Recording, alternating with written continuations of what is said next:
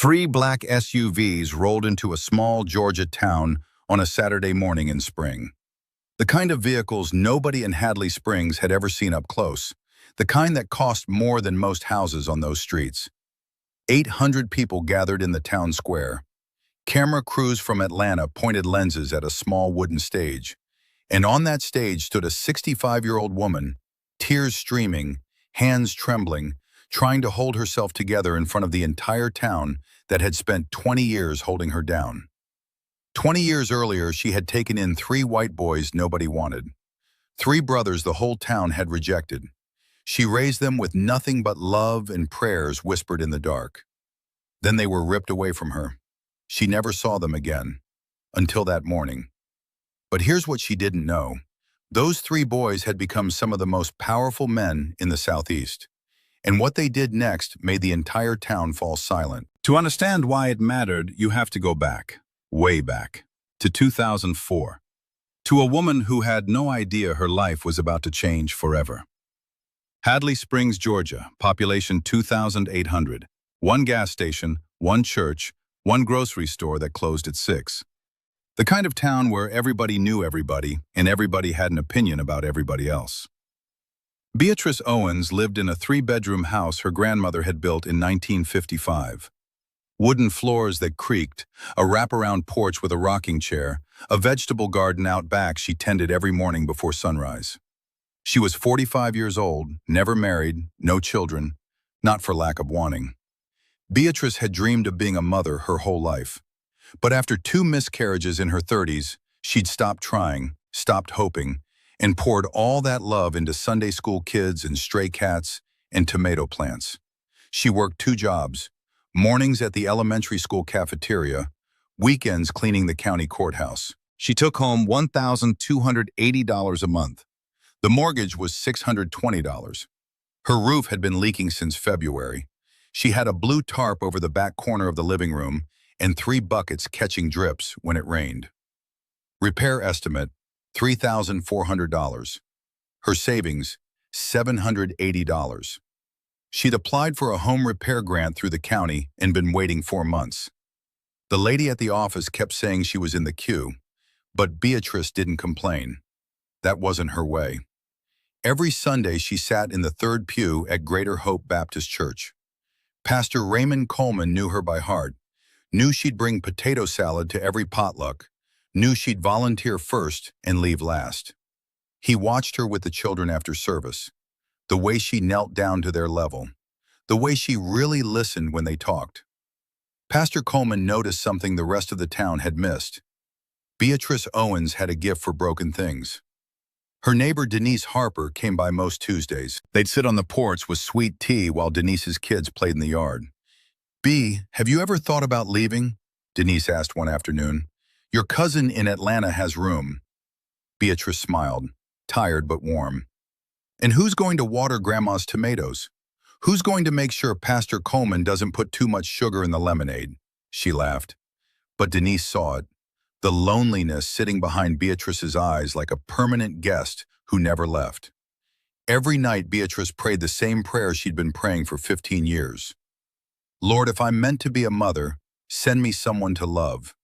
If I'm not, help me make peace with this empty house." She'd made peace with it, mostly.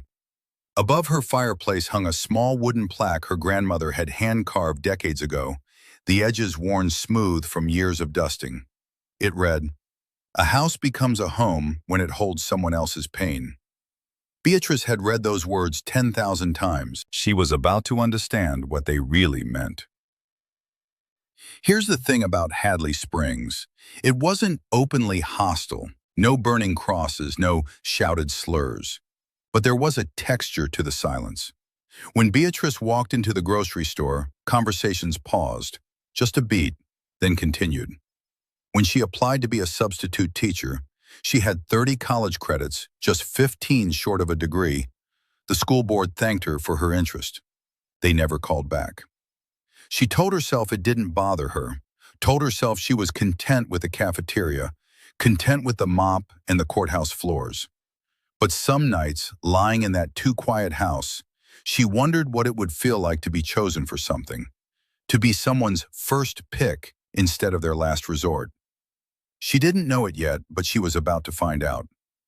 The phone rang on a Tuesday night. Carolyn Mitchell, social worker from the county office. Beatrice knew her from high school, back when she was Carolyn Baker. Carolyn's voice was strained. I know this is last minute. I know it's a lot to ask. A breath. I've got 3 boys, brothers, and nobody will take them. I mean, nobody. Beatrice's heart started beating faster. They've been through 4 foster homes in 18 months, Carolyn continued. The last family, there was an incident. What kind of incident? A long pause. The kind that makes people stop asking questions and start closing doors. Beatrice looked at her grandmother's plaque on the mantel. A house becomes a home when it holds someone else's pain. Carolyn, she said slowly, tell me about these boys. What Carolyn told her next would change everything. But what Carolyn couldn't say, what she didn't know, was why these 3 boys seemed to be erased from every record that mattered. Why no relatives had come forward.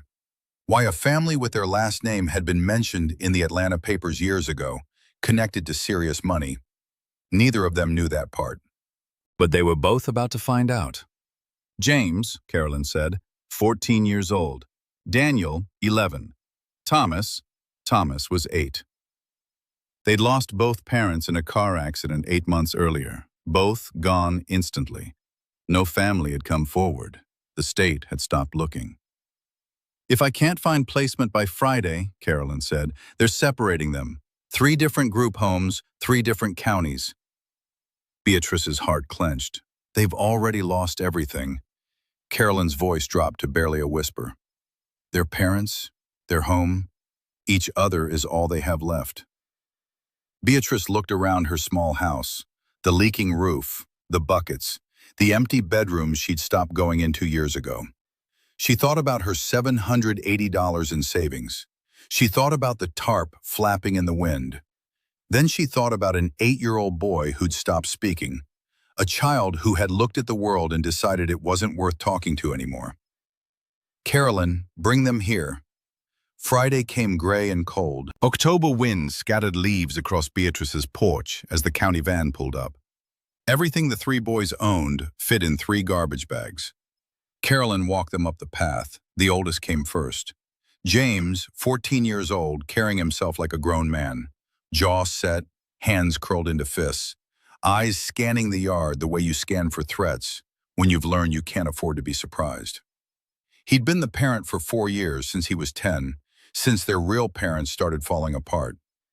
Behind him walked Daniel, 11, wiry and tense, a fading yellow bruise around his left eye. His gaze swept the property like he was calculating exits. And hiding behind both of them was Thomas, 8 years old, small for his age, clutching a battered leather notebook against his chest like a shield. Beatrice noticed his shoes first, holes in both toes. Then the notebook, old leather, worn edges, gold initials embossed in the corner, almost invisible now. H.W. She didn't think anything of it then. She should have. Beatrice did something none of the other foster parents had done. She stepped off the porch, walked down to meet them, and knelt right there on the path, eye level with Thomas. I'm Miss B, she said softly. This is my house. And as long as you're here, it's your house too. James stared at her. He'd heard this speech before. Every foster home said the same things. I've got 3 rules, Beatrice continued.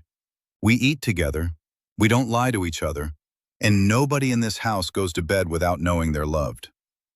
Daniel snorted. That's 4 rules. Beatrice didn't miss a beat. The 4th one's not a rule, it's a promise. Something flickered in James's eyes, just for a moment. Across the street, a neighbor watched from her window, lips pressed thin. 3 houses down, the sheriff slowed his patrol car, made a mental note, didn't stop. Beatrice felt the eyes on her. She'd felt them her whole life. But today, for the first time, she didn't care. She reached out and took Thomas's hand, gently, carefully, like holding something precious. Come on inside, she said.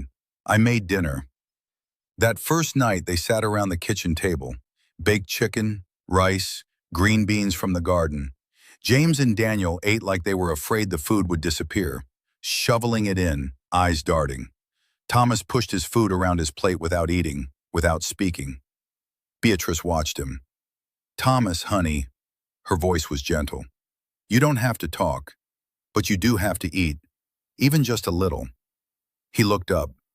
First time he'd made eye contact with an adult in weeks. Slowly, he picked up his fork and took one bite.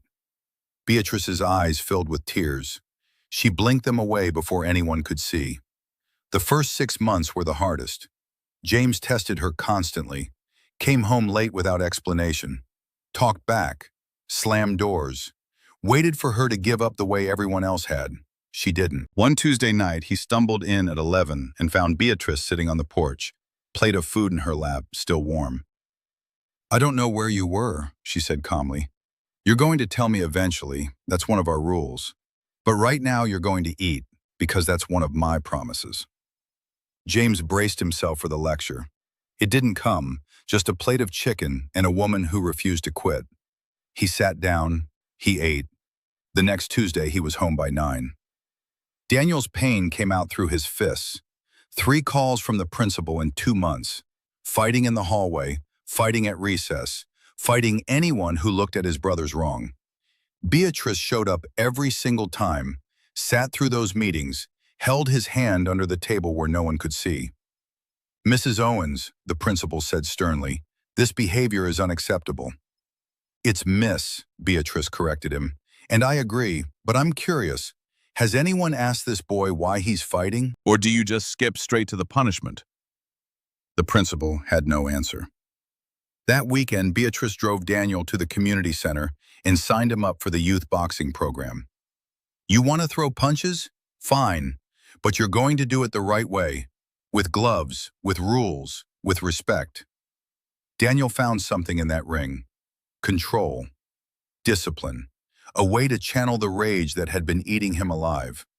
He started coming home tired instead of angry, and Thomas didn't speak, not for 8 weeks. Beatrice didn't push. Every night she sat beside his bed and read to him Charlotte's Web, The Chronicles of Narnia, Where the Red Fern Grows. He listened. His eyes followed every word. Week 9, she was tucking him in. "Miss B." Her heart stopped. His voice was barely a whisper, rusty from disuse. "Yes, baby. Will you still be here in the morning?" Beatrice's eyes burned. She blinked hard.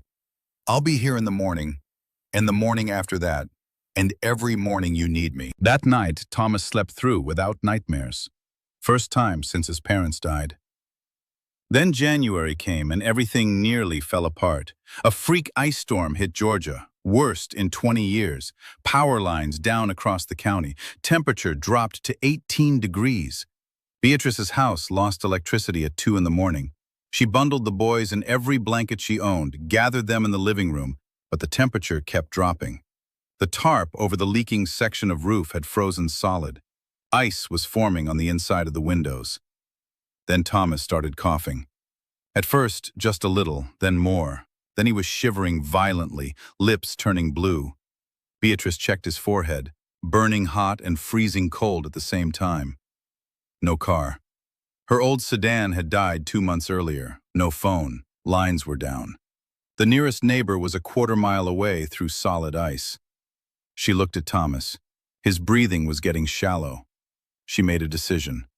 "James, Daniel, stay here.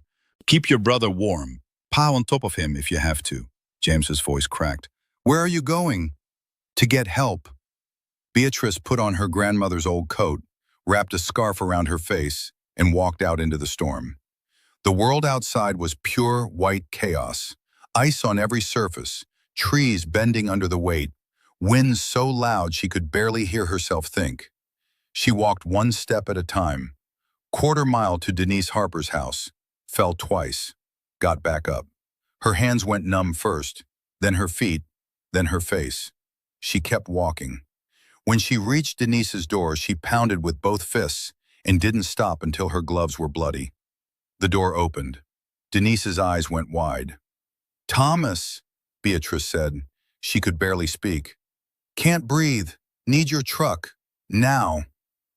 They made it to the hospital. Barely. Early-stage hypothermia, a respiratory infection.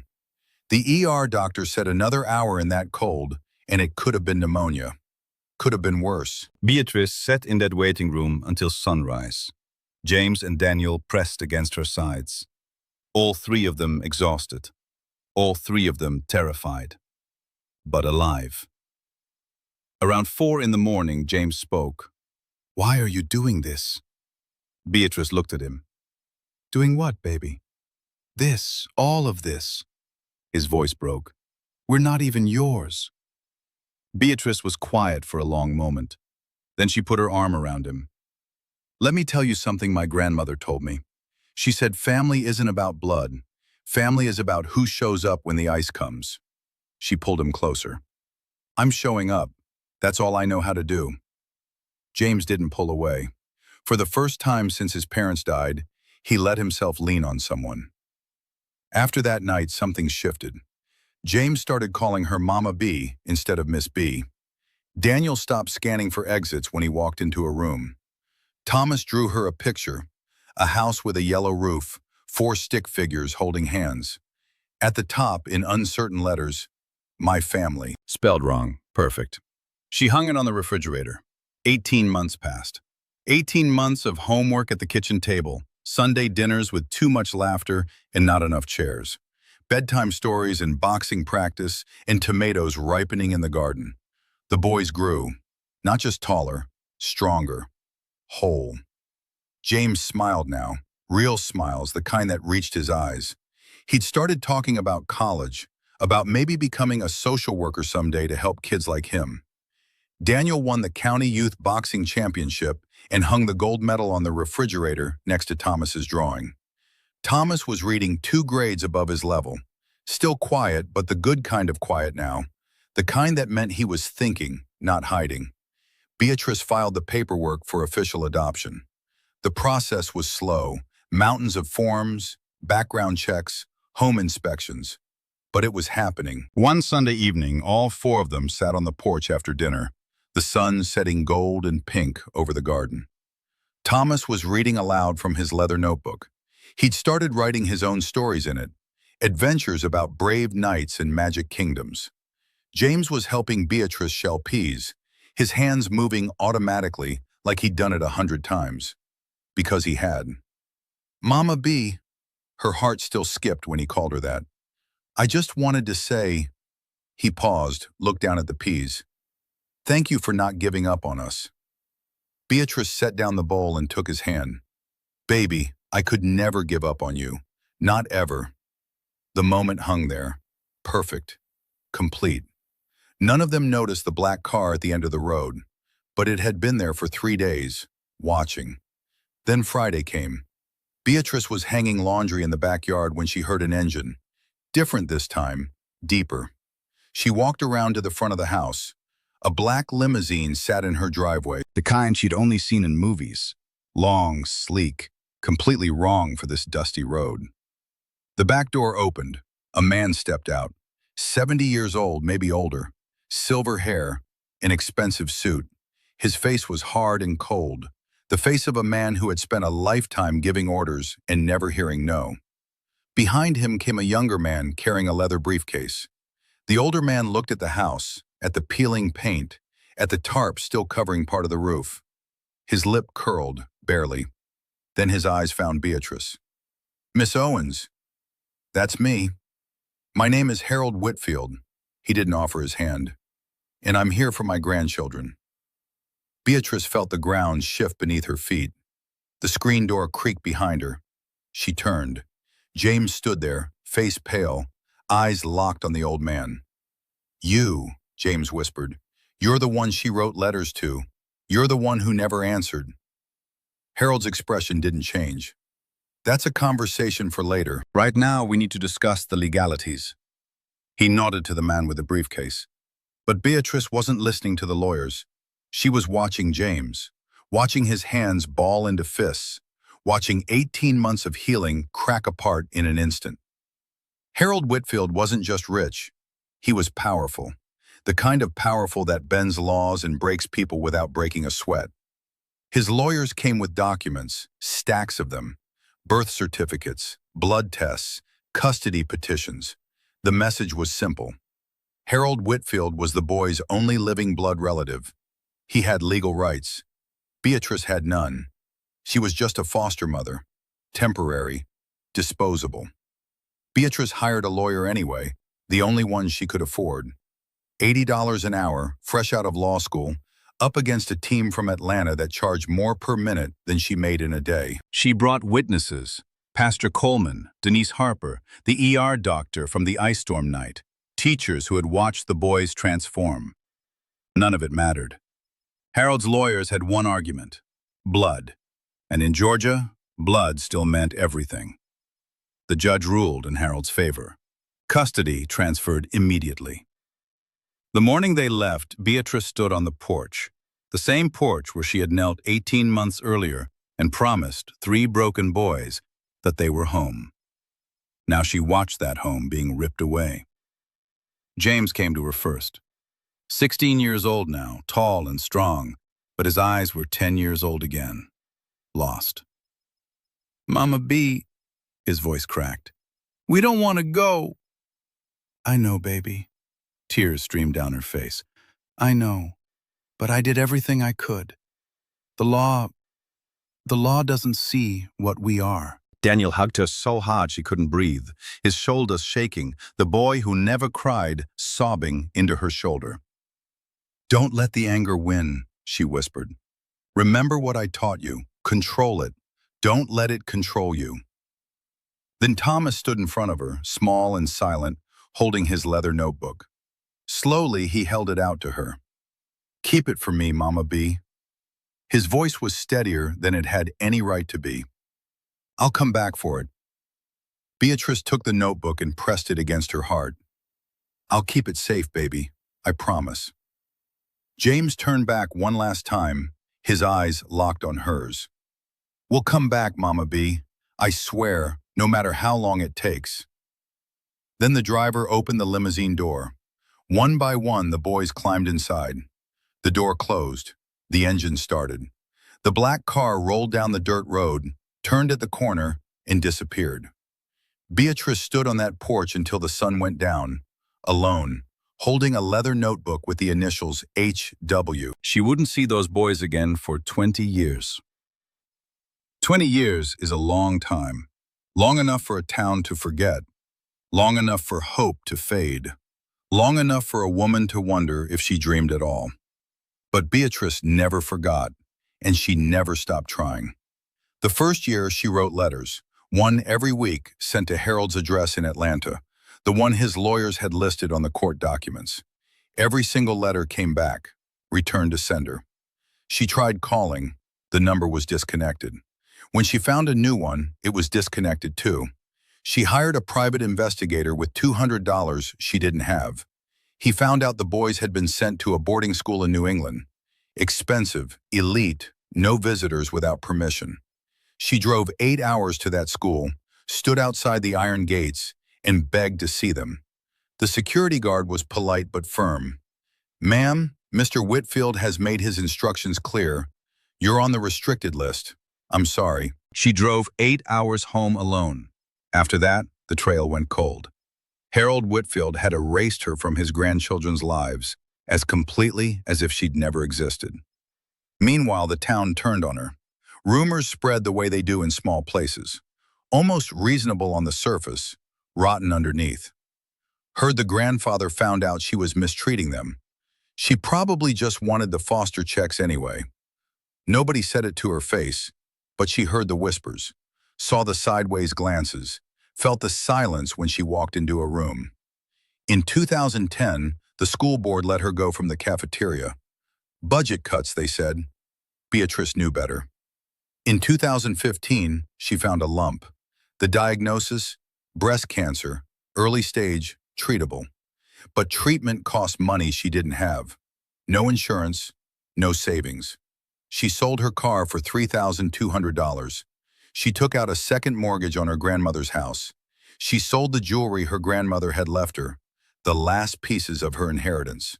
6 months of chemotherapy. Alone, except for Denise, who drove her to every appointment, held her hand through the worst of it, brought soup when she couldn't eat. Beatrice survived. The cancer didn't. The debt remained. $28,000 added to her mortgage.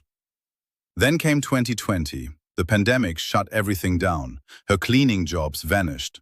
61 years old, no income, no savings, a mortgage she couldn't pay. She started doing whatever she could, babysitting for $5 an hour, selling cornbread for $3 each, pulling weeds for neighbors who used to gossip about her. Every night she prayed the same prayer. Lord, keep my boys safe, keep them healthy, keep them happy. And if it's your will, let them know I never stopped loving them. In 2020, Harold Whitfield died. Beatrice read about it in the newspaper. A small obituary in the Atlanta Journal. Billionaire philanthropist, founder of Whitfield Capital Partners, survived by 3 grandchildren. 3 grandchildren, her boys. She tried to find them again, searched online at the library, asked Carolyn to check old records. Nothing. They had disappeared completely into Harold's world. She didn't know that across the country, 3 young men were searching for her too. After Harold died, everything changed. The will was read. James, Daniel, and Thomas inherited everything, $600 million each. The first thing James did was hire an investigator, the best money could buy. Find Beatrice Owens, he said, whatever it takes. But Beatrice had no digital footprint, no social media, no cell phone, no email.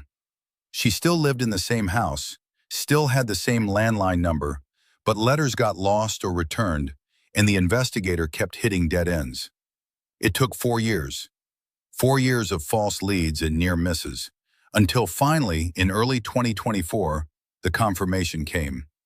Beatrice Owens was alive, still in Hadley Springs, still in her grandmother's house, but barely. In 2023, the bank had sent a notice, 3 months behind on mortgage payments, total owed $2,400, 30 days to pay, or the house would be seized. Beatrice sat in her kitchen that night, the same kitchen where she'd fed 3 hungry boys 20 years ago. She held Thomas's leather notebook, still unopened, still waiting for him. Outside, the roof still leaked. The bucket still caught the drips. She had $147 in her account. Lord, she whispered, I don't know what to do anymore. I've got nothing left. She looked at the notebook, traced the gold initials with her finger. But if I can't see them again, at least let them know I kept my promise. I kept it safe. I kept loving them. Every single day. She didn't know that 3 men were already on their way, driving through the night, 600 miles, racing against time. Saturday morning, spring 2024, 7 days until the bank took her house. Beatrice was working in the garden. If she had to leave, she wanted her grandmother's tomatoes to look their best. When she heard it. Engines. Not the usual rumble of pickup trucks. Something deeper, smoother.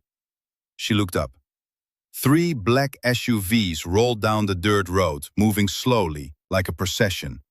The kind of vehicles that didn't belong in Hadley Springs. Neighbors came out onto their porches. The SUVs stopped in front of Beatrice's house. Doors opened. The first man stepped out. Tall, broad shoulders, gray suit, confident. But something about his eyes. Beatrice's hand went to her chest. The second man followed. Muscular, military bearing, a scar on his forearm. Then the third. Slender, glasses, kind face. Those eyes, blue-green, the same eyes she remembered from a terrified 8-year-old who wouldn't speak. The watering can slipped from her fingers. Thomas, the man with glasses, smiled. That same shy smile from 20 years ago. His voice cracked when he spoke. Hey, Mama B, I came back from my notebook. Beatrice couldn't move, couldn't breathe. James stepped forward, the boy who'd tested her every day, who'd eaten her food in silence, who'd learned to call her mama.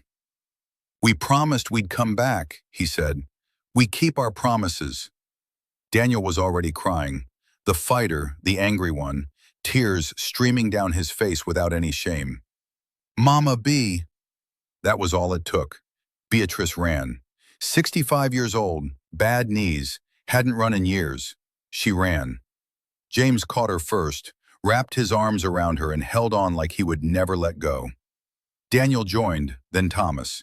4 people standing in a vegetable garden, holding each other, crying. 20 years of separation, 20 years of searching, 20 years of prayers whispered in the dark. Over. Finally over. They went inside.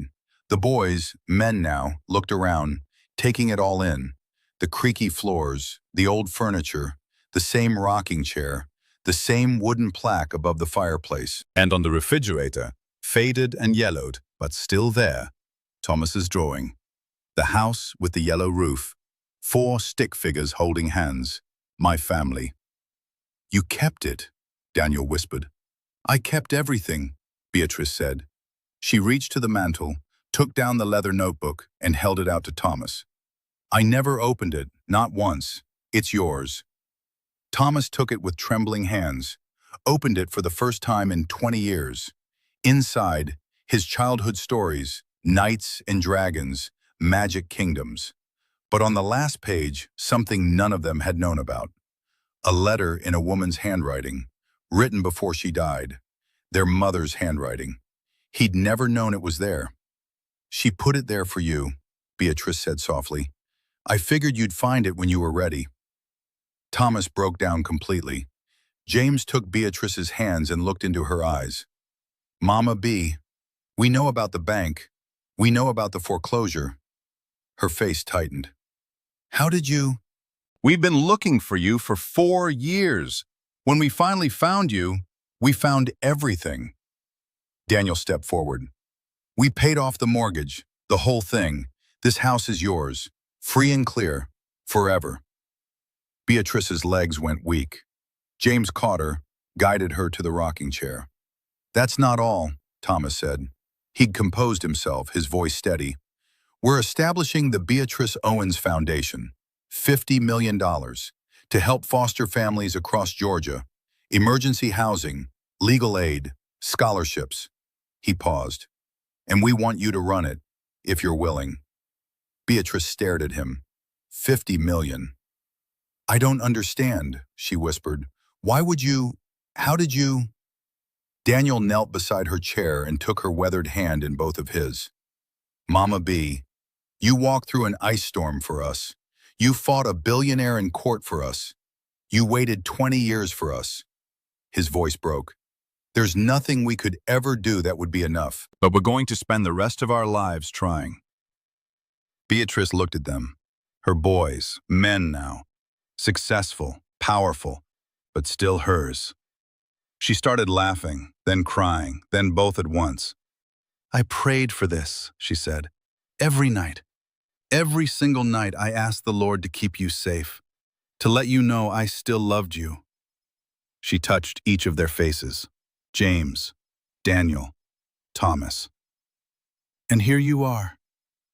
James smiled, that real smile she remembered. "Here we are, Mama, and we're not going anywhere." By afternoon, word had spread across Hadley Springs. 3 rich men at Beatrice Owens's house. Fancy cars, camera crews. Something big was happening. People gathered in the town square, first a few dozen, then hundreds. By 3 o'clock, nearly 800 people stood waiting, almost the entire town. A small stage had been set up with microphones and speakers. Nobody knew what was coming. James walked to the microphone first. The crowd fell silent.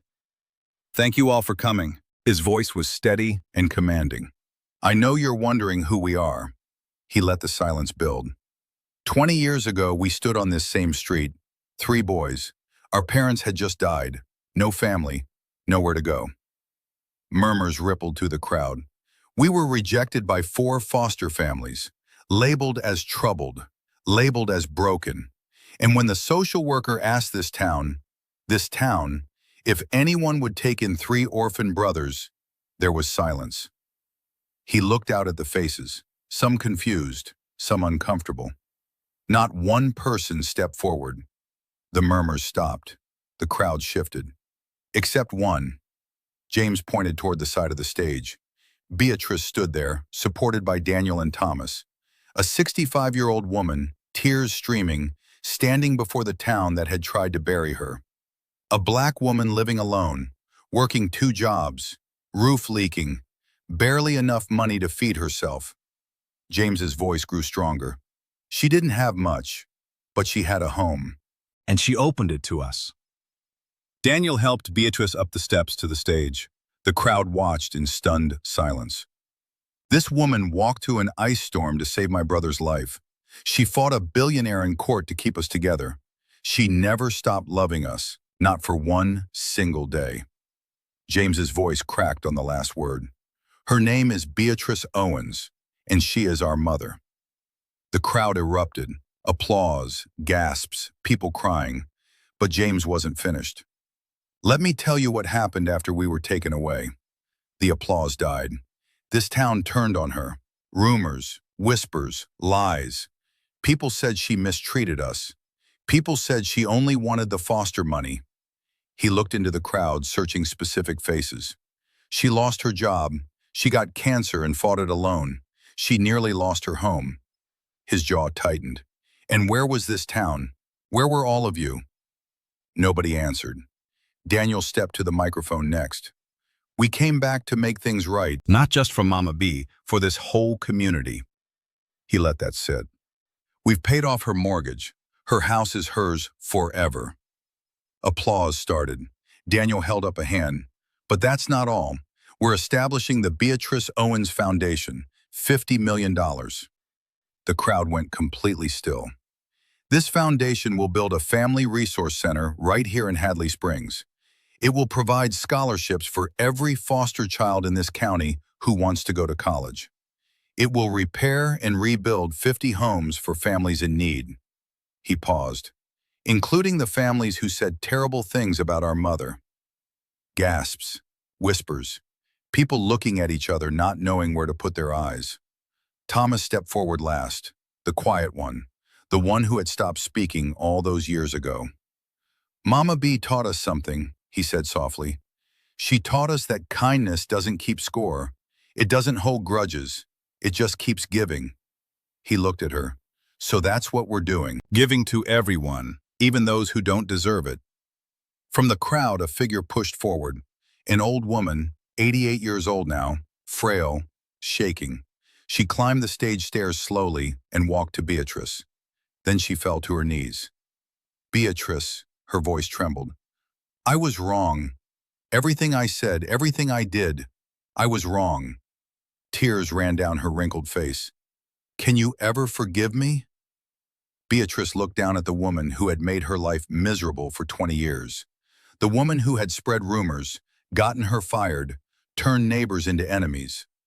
Beatrice reached down, took her hands, and lifted her up. I forgave you a long time ago. Her voice was gentle. Holding on to anger only hurts the one holding it. She pulled her into a hug. The crowd lost it. Applause, cheering, people crying openly, strangers embracing. Something broke open in Hadley Springs that day. 20 years of whispers and judgment and silence washed away by one woman's grace, and 3 boys who never forgot where they came from. 1 year later, Hadley Springs was unrecognizable. The Owens Family Resource Center stood in the heart of town, 3 stories tall, modern and bright, the nicest building for 50 miles. Outside, a bronze statue caught the morning light, a woman kneeling down, holding a child's hand. Beneath it, words carved in stone. A house becomes a home when it holds someone else's pain. The results spoke for themselves. 28 families had registered to become foster parents. Before the foundation, 0. 45 students received full college scholarships, kids who had aged out of the system, kids who had been told they'd never amount to anything. 32 homes had been repaired or rebuilt. National newspapers called Hadley Springs the town of second chances. The boys stayed close. James moved in next door to Beatrice. "So Mama never has to be alone again," he said, and ran the foundation full-time, personally reviewing every grant and every application, making sure no child slipped through the cracks. Daniel built the Owens Athletic Center on the site of the old community center. Free boxing lessons, basketball courts, after-school programs, a safe place for kids with too much anger and nowhere to put it. Thomas opened a legal clinic inside the resource center, free advice for foster families, free representation for parents fighting to keep their children. He was pushing a new bill through the state legislature, the Owens Family Preservation Act, designed to keep siblings together in the foster system. Every Sunday, they gathered at Beatrice's house. James and his wife, Daniel and his girlfriend, Thomas and his 2-year-old daughter, who had been named B after her grandmother, in every way that mattered. The dinner table was crowded and loud, full of laughter and arguments and spilled juice. Beatrice sat at the head of it, watching her family, her real family, the one she had prayed for all those years ago. Then, one Tuesday afternoon, the phone rang. Carolyn Mitchell, retired now but still making calls. "B, I know you're busy these days, but there's a little girl, 7 years old. Nobody will take her." Beatrice looked out the window. James was pushing little B on the porch swing. Daniel was firing up the grill. Thomas was reading on the steps. Her house was full. Her heart was fuller. "Bring her over, Carolyn." An hour later, a car pulled up. A little girl stepped out, scared eyes, clutching a torn backpack. Beatrice walked down the porch steps, knelt in the grass, and got eye level. "Hey, sweetheart. I'm Miss B. This is your home now." The little girl took her hand. Some things never change. Some things shouldn't. That's the story of Beatrice Owens. A woman who said yes when everyone else said no. A woman who walked through ice storms and fought billionaires and waited 20 years. A woman who proved that one act of kindness, extended to 3 boys in garbage bags with holes in their shoes, can change everything. She didn't do it for the reward. She didn't do it knowing how it would end. She did it because an 8-year-old boy had stopped speaking, and she had an empty house, and her grandmother's plaque said that a house becomes a home when it holds someone else's pain. Love doesn't need a bloodline. It just needs someone who stays. If this story stayed with you, drop a comment below. Share it with someone who needs to hear it today. And subscribe.